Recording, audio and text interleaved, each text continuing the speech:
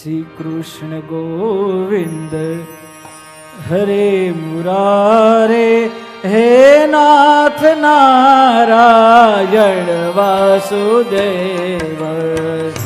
કૃષ્ણ ગોવિંદ હરે મુરારી હે નાથ નારાયણ વાસુદેવા. શ્રી કૃષ્ણ ગોવિંદ હરે મુરારી હે નાથ નારાયણ વાસુદેવા. શ્રી કૃષ્ણ ગોવિંદ હરે મુરારી હે નાથ નારાયણ વાસુદેવ. આહા હે નાથ નારાયણ વાસુદેવા. હે નાથ નારાયણ વાસુદેવા. નાથ નારાયણ વાસુદેવા. હે નાથ નારાયણ વાસુદેવા. એકમ ભાગવતમ શાસ્ત્રમ મુક્તિદાનેન કરતિ. એક એવું ભાગવત ત્યાં તો મહાત્મ્યની કથા શરૂઆત થાય. આહા, માત્ર ભાગવત મુક્તિ આપવા માટે ગર્જના કરી શકે એવું ભાગવત શાસ્ત્ર છે. નિત્ય ભાગવતનો પાઠ કરવો, તે ભગવાનનું ચિંતન કરવું, તુલસીનું સિંચન કરવું, ગાયની સેવા કરવી, આ જેટલું ફળ છે એ ભાગવત સાંભળવાનું ફળ બધું સરખું છે, સમાન છે ફળ. એટલું ભાગવતનું મહાત્મ્ય છે. ભગવાન જ્યારે સ્વધામ જતા હતા ને ત્યારે આહા પૂછ્યો છે પ્રશ્ન કે ભગવાન તમે જાશો તો અમે કેના શરણે જશું? ઉદ્ધવ એ જ્ઞાન મૂર્તિ ભગવાનની ઉત્સવ મૂર્તિ ઉદ્ધવજીએ પૂછ્યું કે અમે ક્યાં જાશું, તમે જશો? ત્યારે ભગવાને કીધું તમે ચિંતા ન કરો, એ વ્યવસ્થા કરીને જઉં છું. ત્યારે ભગવાને પોતાનું આખું જે સ્વરૂપ છે એ શ્રીપુંજ ભગવાનનું નિત્ય એ ભાગવતજીમાં પધરાવીને ભગવાન ગયા છે. એ એટલે ભાગવત છે. ભાગવત એ ભગવાન સાક્ષાત ભગવાન જ છે. ઓ શ્રી કૃષ્ણ ગોવિંદ હરે મુરારી. શ્રી કૃષ્ણ ગોવિંદ હરે મુરારી. હે નાથ નારાયણ વાસુદેવ.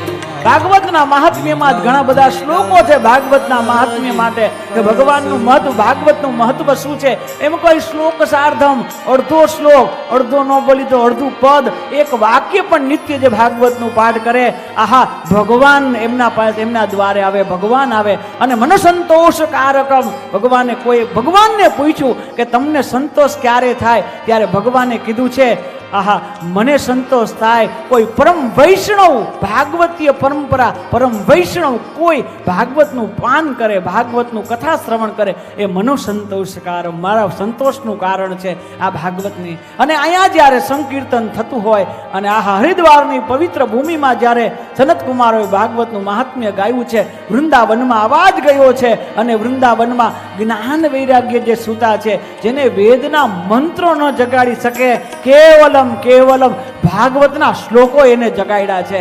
આ જ્ઞાન વૈરાગ્ય જાગ્યા એટલું ખાલી કેવલ નહીં, જાગતા તો પેલા હતા, આ જાગે લારીએ છે. જાગે તો ખરી પણ જાગે લારીએ. અને જાગ્યા પછી આહા ભક્તિ જ્ઞાન વૈરાગ્ય, આહા તરત જ જ્ઞાન વૈરાગ્ય સંકીર્તન કરતા કરતા એ વૃંદાવનની ભૂમિમાંથી આવેલી એ ભક્તિ આજે હરિદ્વારની પવિત્ર ભૂમિ ઉપર જ્યાં સંકીર્તન થયું હતું, ત્યાં પરમ વૈષ્ણવો બધા ઋષિઓ બેઠા હતા, ત્યાં આવે છે અને આવી અને પૂછે છે આમાં સ્થાન મારે ક્યાં બેસું? જગ્યા તો હતી નહીં કે મારે ક્યાં બેહું? આમ બધી બાજુ નજર કરી, ક્યાં બેહાય, આ ભક્તિનું સ્થાન ક્યાં હોવું જોઈએ? એટલે તરત જ કીધું કે તમે વૈષ્ણવો ભક્તોના હૃદય નિકુંજમાં બિરાજમાન થાવ. જ્ઞાન વૈરાગ્ય સમન્વિત ભક્તિ હૃદયમાં નિકુંજમાં ભક્તોના હૃદયમાં બેઠા, ત્યાં તો એ સંકીર્તનમાં દિવ્યતા અને ભવ્યતા આવી ગઈ છે. હરે રામ રામ રામ રામ રામ રામ રામ.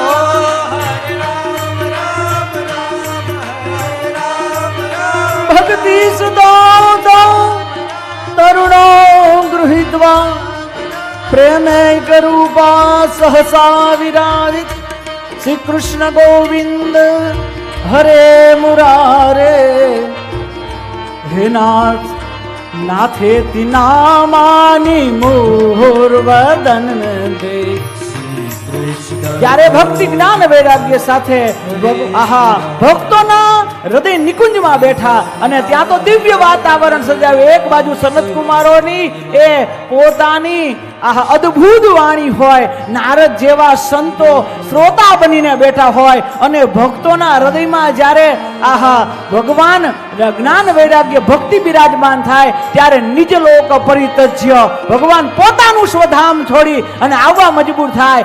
એવા માટે પણ આવો આપણે બધા પણ નામ સંકીર્તન કરી. શ્રી કૃષ્ણ હાલો. ગોવિંદ હરે મુરારી હે નાથ નારાયણ વાસુદેવા.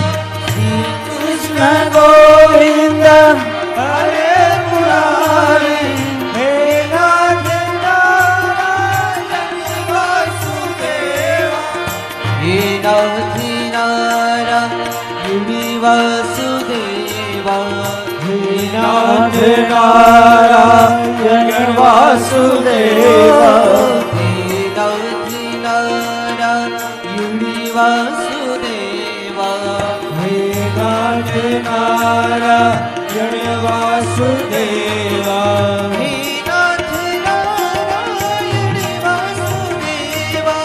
હે નાથ નારાયણ વાસુદેવા.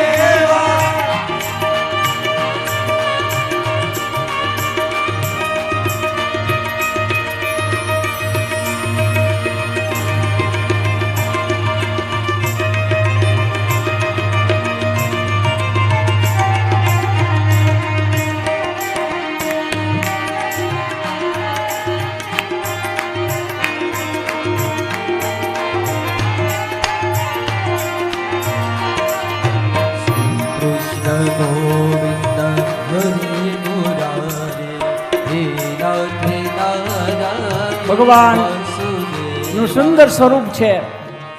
આમ તો ભાગવતમાં ભગવાન આવ્યા ને એમના જ્યારે ભક્તિ જ્ઞાન વૈરાગ્ય સમન્વિત જ્યારે ભક્તિ થાય ભગવાન આવ્યા ને એનું રૂપ માધુર્યના દર્શન કરાવ્યા છે વ્યાસજીએ.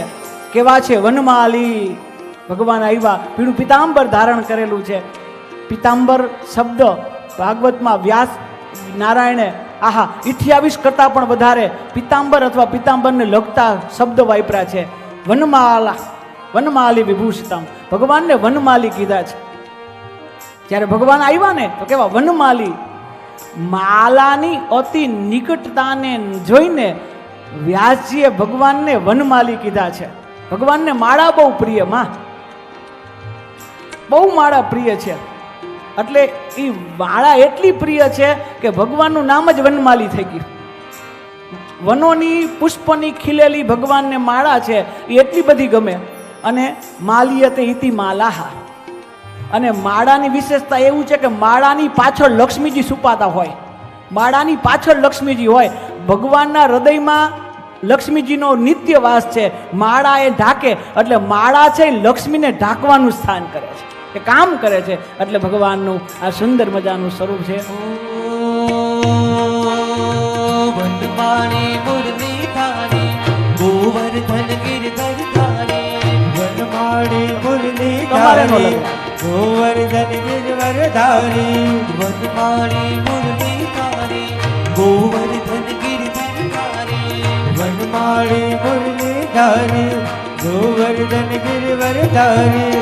નિત નિત કર માખણ ચોરી ગોપી की प्यारी.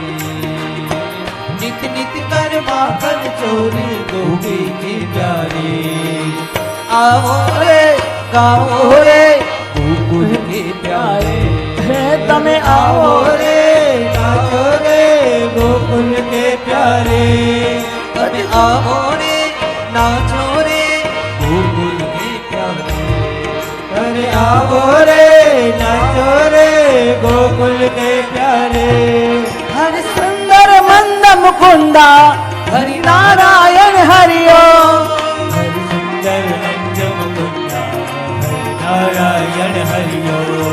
हरि સુંદર મંદ મુકુંદા हरि नारायण हरि સુંદર નંદ મુકુંદા હરિ નારાયણ હરિયો સુંદર મજાનું ભગવાનનું કેશવ હરે ગોવિંદમ હરિ કેશવ હરે ગોવિંદમ ભગવાન ના સુંદર સ્વરૂપનું દર્શન કરાવે છે વ્યાસજી.